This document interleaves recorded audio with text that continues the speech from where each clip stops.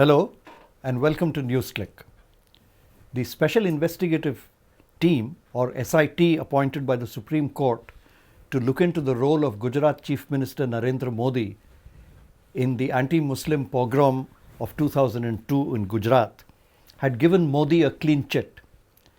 But the Supreme Court has now given permission for a challenge to this in the trial court, and daily hearings are scheduled to begin on April 24th. I welcome on Newsclick today senior journalist Sukumar Muralidharan. Welcome, Suku. I'll begin by asking you, what are the main issues of contention in this SIT report? Well, the incidents in Gujarat, which went on for a whole month, claimed over 1,000 lives, and some people say even more, probably close to 2,000.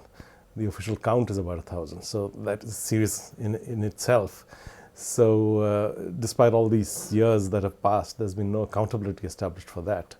And there was clear evidence then that there was incitement of a particularly violent sort from very high levels of the political hierarchy, which brings us kind of face to face with the crime of incitement and how we deal with that. Because we live in a political milieu in which incitement, unfortunately, has political rewards. It fetches dividends at the electoral marketplace. So there has to be a way of dealing with this to evolve a proper mode of prosecuting the crime of incitement and to establish a firm jurisprudence by which people who incite mass violence face the consequences and are not able to reap the political dividends from it. So those clearly are at a very broad level, those are the issues involved here.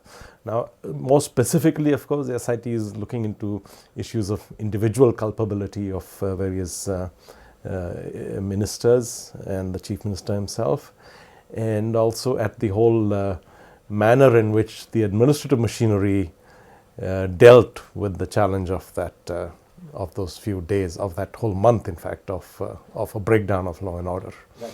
So this appeal that's being filed against the SIT's report is being filed in the trial court in Gujarat, essentially protesting about the manner in which the evidence which was there has been interpreted by the SIT.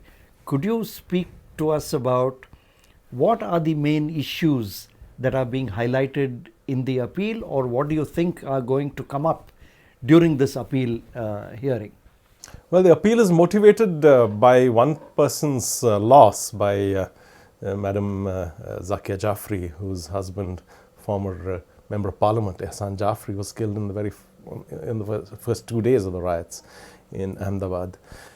And she's been driving this process with her own sense of individual loss, and the investigation, obviously, not that she deserves better because she's the wife of a notable, but just that any person with a sense of loss should have a sense of redress, should have a sense of justice being rendered.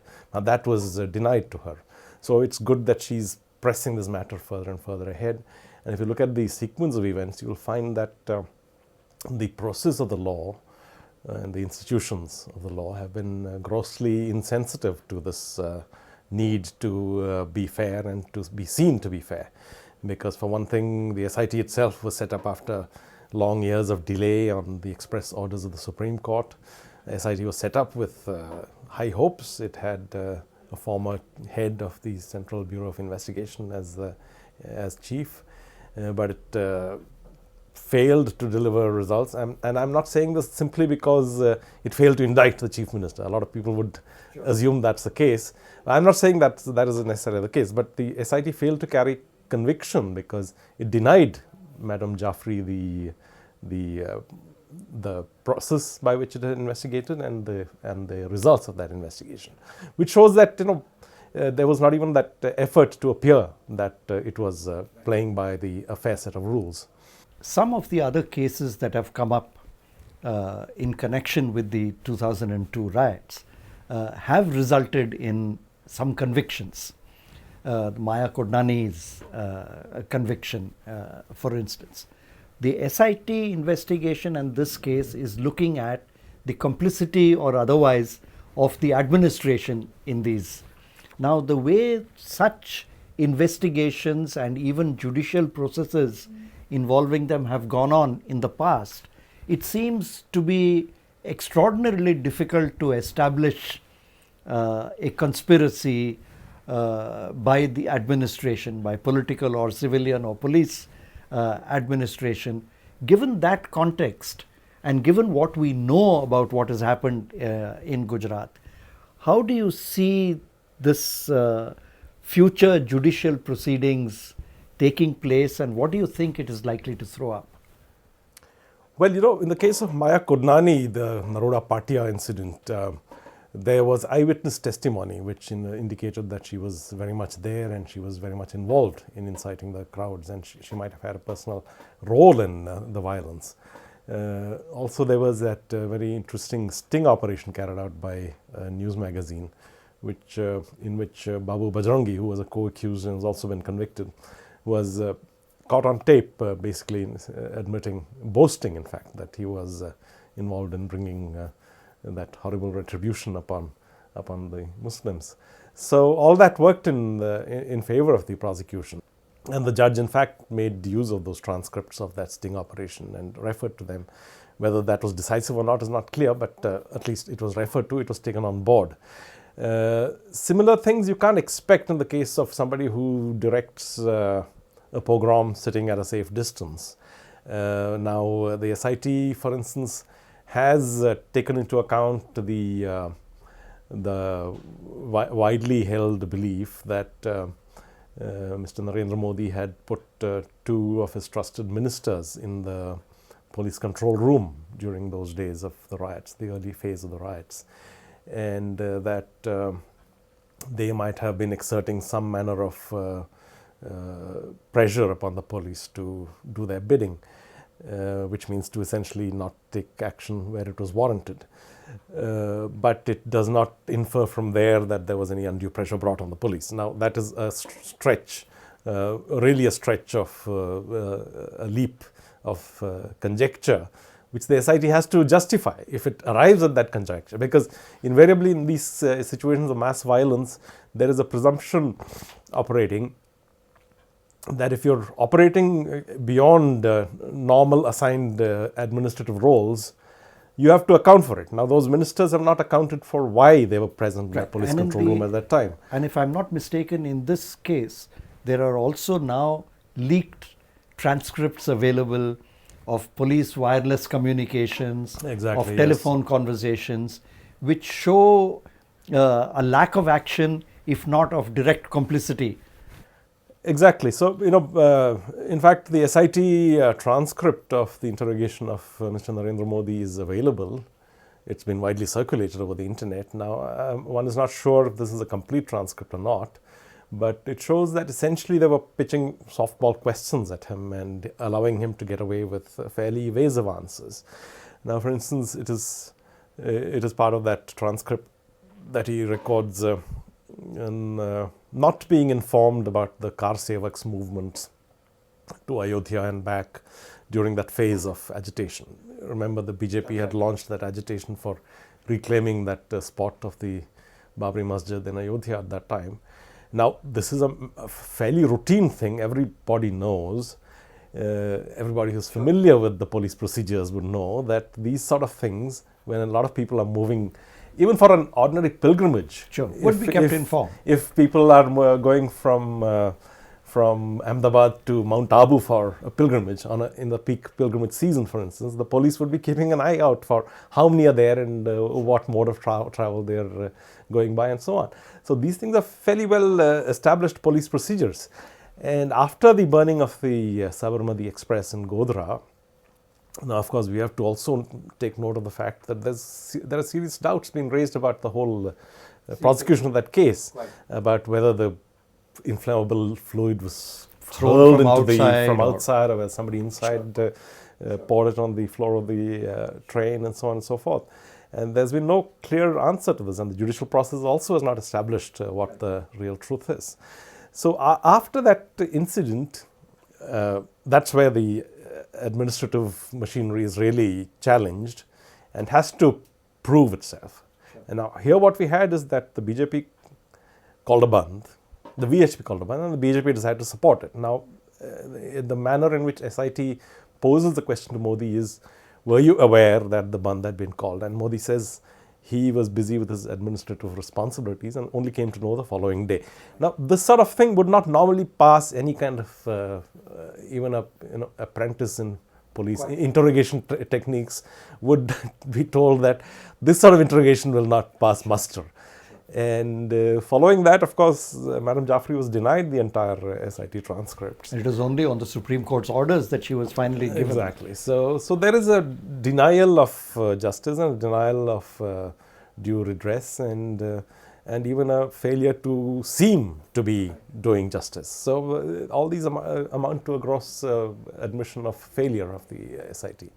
Given the history that we have had in India of these kinds of poorly conducted investigations and resultant inability of the judicial process to really deliver justice, what kind of longer term measures do you think one should be looking for, or that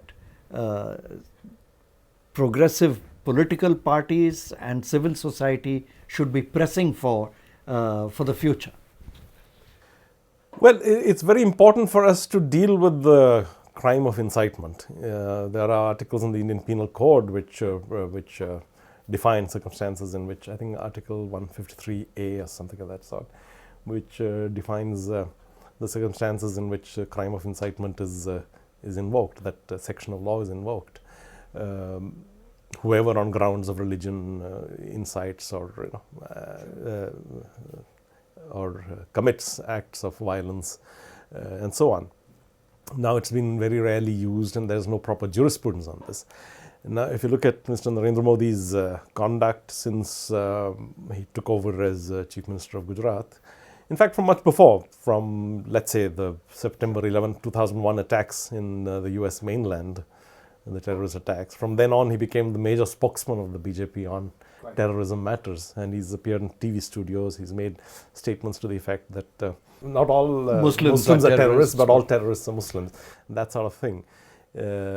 After the Godhra incident, he, where a responsible head of the administration would have said, would have appealed for calm and said that we're trying to contain the situation and we will ensure that justice is done. He actually swore revenge. He swore vengeance. And he's also been quoted later talking about, playing up this old stereotype of polygamous Muslims, this hum panch, hamare pachis kind of rhetoric. Now some of that has been caught on camera because of it's one of the unexpected benefits of the 24/7 news coverage that we have these days. So he can't deny that. Now the SIT is on all these questions going very soft on him and not really challenging him to explain how these remarks cannot be construed as incitement to violence. So and also we should understand that conspiracy charges are always very difficult to prove, and always it's circumstantial evidence that leads you to convictions for conspiracy. And here you have sufficient circumstantial links to lead you to his doorstep, at least in the matter of incitement to violence. Sure. So I think for the SIT to have arrived at the conclusions that it did, it still has to explain itself on what basis it arrived at these conclusions, and then to have denied that it had the records of intelligence messages that were buzzing between field level operatives and the police headquarters. They were literally buzzing. Now we know, thanks to a leak which one of the media channels has obtained, that there was a number of alerts being sent out saying that there are people gathering, VHP car sevaks have landed up, VHP leaders are making inflammatory speeches. So that was a time when the red flag should have gone up, and the effort should have been to contain the violence, instead of which there was the opposite, a conscious effort to incite violence.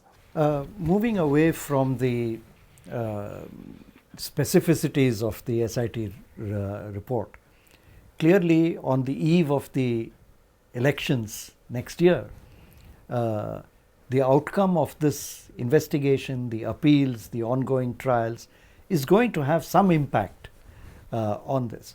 How do you see this impacting on Narendra Modi and his campaign being projected as a leader, putative prime ministerial candidate, if you like, of the BJP? How do you see this playing out?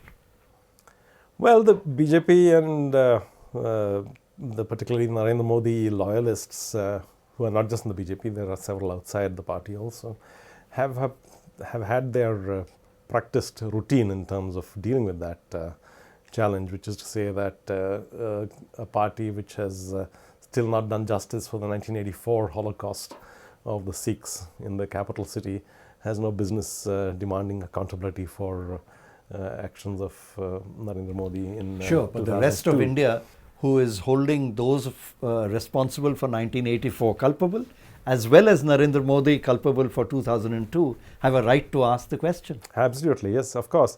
And we have to ensure that incitement has no political dividends. And how do we do that? We have to ensure that, firstly, you cannot impose restrictions on people's judgment. People might endorse Narendra Modi just because he was mastermind of the genocide.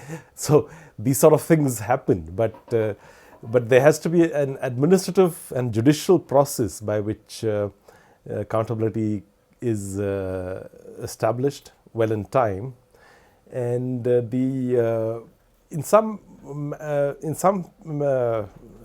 measure, I think we have to dispense with the presumption of innocence in these matters. When you are in a senior administrative position and there is a major outbreak of violence of this sort under your watch, then you have to, the burden of proof is on you to establish that you had nothing to do with that. That firstly, that you were not negligent. Secondly, that you were not directly culpable. Or at least to say that such a high degree of negligence is tantamount to culpability. Yeah. That's right, exactly. So, we have to, the legal process operates on the presumption of innocence all the time. But in mass crimes, I think you need to do something extraordinary. And in this particular case, given the softness of the SIT investigation in its interview with Modi, given the blurring of lines which the SIT report has done in exonerating Modi, and a frankly unsatisfactory report. Given the fact that the SIT was appointed by the Supreme Court, do you think it is now the responsibility of the Supreme Court itself to demand a new investigation or a revision, or to go into the SIT report itself? Well, the Supreme Court has left it to the trial court to determine how that should proceed. Now that, of course, is throwing it back to the very primary level of trial, from which it has a long way to travel. And it is an unsatisfactory situation. But then, of course, the Supreme Court, to have ordered another SIT investigation would have been to admit that it had erred in its first decisions and its choice of personnel. And also in terms of its oversight of the investigation, because here the Supreme Court assumed that power of oversight also. Clearly, the Supreme Court has not been fully sensitive to the enormity of what happened there. And Justice Verma, who's just passed away, of course, he's left a kind of testament to the manner in which truly honest and conscientious public servant can deal with a contingency of this sort.